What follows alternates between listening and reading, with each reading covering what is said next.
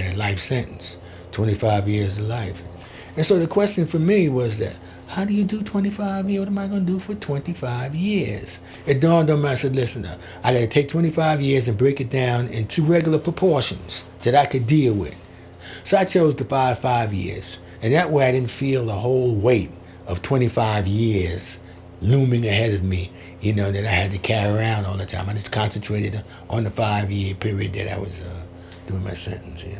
And I was doing a lot of writing. I didn't realize what the writing was doing to my thinking, you know. And so I used to write rehabilitative programs for prisons and stuff. Long terms were coming in with 25 years, 30 to life and all that, to come to my class to learn how to do the time, you know. I wrote a manual for long-termers and stuff. And I read a book, and this book changed my life. Book by Pablo Freire. He wrote a book called Pedagogy of the Oppressed.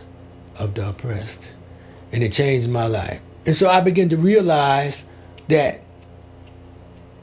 a lot of the things I was doing was because of the situations I found myself in. And so the whole thing became about, how do I change conditions? How do I change prison conditions? That was my whole thing. I wanted to change this. When I stopped going to pro boy, I had started having classes specifically for people who would never get out of prison. They're never going to let me out. I can see it now. You know, so I'm here with you, you know.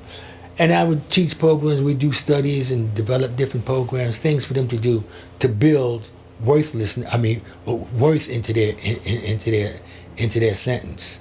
Well, returning to the community is not an easy matter because people remember this guy as the guy who committed the crime against them.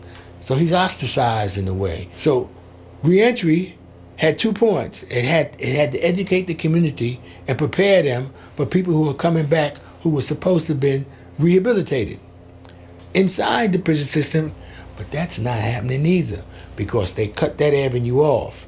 It's no longer that you can earn your way back to society.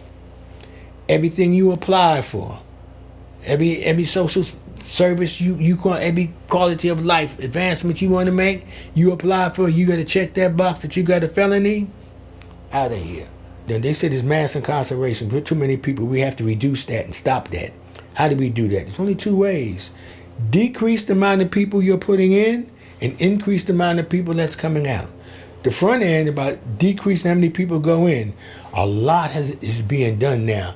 Instead of sentencing the person to prison, we find better ways of dealing with him in the community while he's still in the community. So it doesn't reflect on his family or his future generations. It just gives him an opportunity out here to do things. I honestly believe this.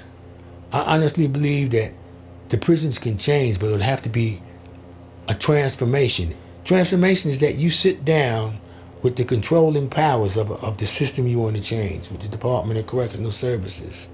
And you say, listen, change needs to take place. Prisons serve the community. When a person is sent to prison, the prison has the obligation of making sure that he gets all the social changes and mental and cognitive changes he needs, that when he returns to the community, all right, he's a person who come back and bring goodwill to the community and become a regular functioning person of the community. There's a huge spike in the percentage of older people in our prisons. We have nursing homes in our prisons. People don't know that. The average prisoner now is going over 50 years old because we give him too much time. We hit such a guy 25 to life when he's 20.